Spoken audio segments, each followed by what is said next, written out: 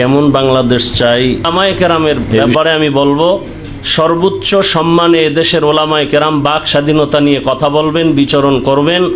কোনো প্রচার মাধ্যমে ওলামায়ে কেরামের উপরে ভিন্ন কারো নাম থাকবে না, কথা থাকবে না। ওলামায়ে কেরাম সর্বোচ্চ সম্মানে থাকবেন। এই পর্যায়ে আলোচনা পেশ করছেন, মত বিনিময় করবেন মাওলানা হাফিজুর রহমান সিদ্দিক কুয়াকাটা।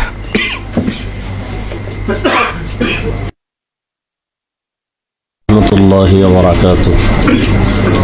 নাহমাদুহু ওয়া নুসাল্লি আলা রাসূলিল কারীম ওয়া বা'দ।